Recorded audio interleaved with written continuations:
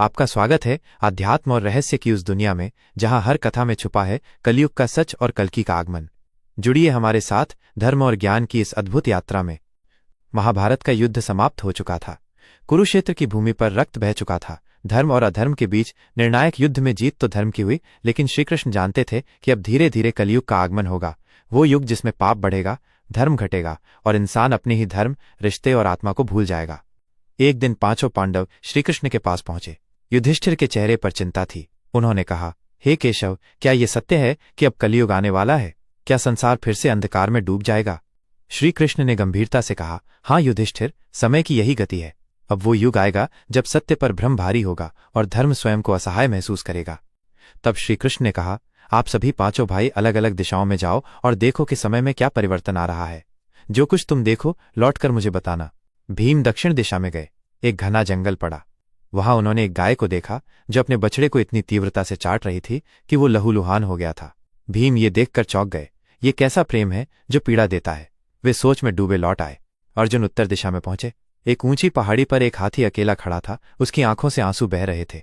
आसपास बहुत से लोग थे पर कोई उसकी पीड़ा नहीं समझ रहा था। अर्जुन सोच में पड़ गए। इतने लोग हैं फिर भी कोई सहायता नहीं करता। नकुल पश्चिम दिशा की ओर गए। वहां उन्होंने अनेक कुएं देखे। कुछ पानी से भरे हुए थे, कुछ सूखे, पर लोग सूखे कुओं में से पानी निकालने का प्रयास कर रहे थे। नकुल ये देखकर हैरान रह गए। लोग वहां प्रयास कर रहे हैं जहां कुछ नहीं है। यह कैसा अंधापन है? सहदेव पूर्व दिशा में पहुंचे। वहां उन्होंने एक विशाल पर्वत देखा जिसके ऊपर हरे भरे पेड़ लगे थे।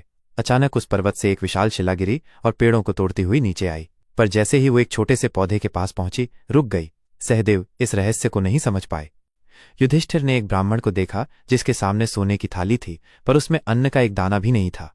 वो भूखा बैठा था, लेकिन लोग उसकी थाली को देखकर उसकी सहायता करने की बजाय उसे देख हंस रहे थे। पांचों पांडव श्रीकृष्ण के पास लौटते हैं।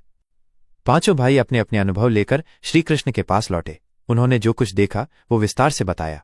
श्रीकृष्ण ने गंभीर स्वर में कहा, भीम, जो तुमने देखा वो दर्शाता है कि कलयुग में प्रेम के नाम पर लोग पीड़ा देंगे।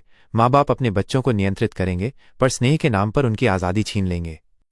अर्जुन, तुम्हारा अनुभव दर्शाता है कि लोग भावनात्मक रूप से अकेले होंगे। उनके चारों ओर भीड़ होगी लेकिन कोई सहानुभूति नहीं होगी। नकुल, लोग व्यर्थ प्रयास करेंगे, असत्य में समाधान ढूंढेंगे और सत्य से मुंह मोड़ लेंगे। सहदेव, जब संकट आएगा तब बड़े बड़े लोग गिरेंगे, लेकिन छोटी सी श्रद्धा या सच्ची आस्था उस संकट को रोक सकती है। और युधिष्ठिर, दिखावे की दुनिया में भूखों को भोजन नहीं मिलेगा पर अमीरों की थालियां सजती रहेंगी। यही होगा कलयुग। गरुड़ पुराण की भविष्यवाणी और कलयुग का विस्तार।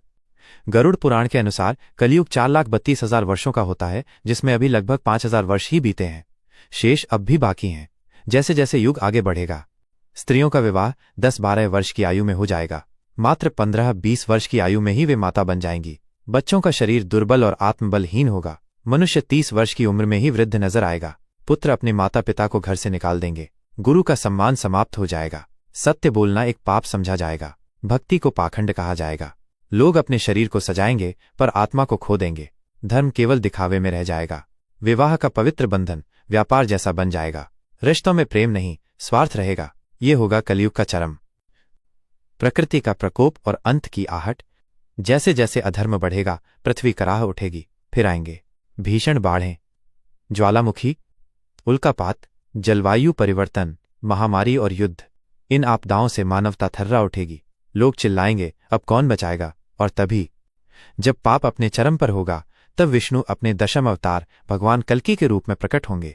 उनका वाहन होगा देवदत्त नामक श्वेत अश्व। हाथ में होगा दिव्य तलवार। वे जन्म लेंगे एक ब्राह्मण परिवार में, संभवतः दक्षिण भारत में। उनका उद्देश्य होगा अधर्म का अंत करना, पापियों का विनाश, धर्म की पुनः स्थापना। वे राक्षसी प्रवृत्तियों को समाप्त कर पुनः सतयुग की स्थापना करेंगे। उनके तेज से पृथ्वी फिर से हरी भरी हो जाएगी। लोग फिर से एक दूसरे से प्रेम करेंगे। बच्चे माता पिता का सम्मान करेंगे। भक्ति और सत्य की विजय होगी। अंतिम चेतावनी और विचार। अब भी समय है। कलयुग में जन्म लेना दुर्भाग्य नहीं, अवसर है आत्मा को शुद्ध करने का, क्योंकि इस युग में एक हरि नाम भी 1000 यज्ञों के बराबर फल देता है। अगर आपको हमारी कहानियां ज्ञानवर्धक और जागरूक करने वाली लगी तो इस धर्मयात्रा में हमारा साथ दीजिए। लाइक करें, शेयर करें और सब्सक्राइब जरूर करें। और कमेंट में लिखें, क्या आप भी कलयुग के अंत का इंतजार कर रहे हैं?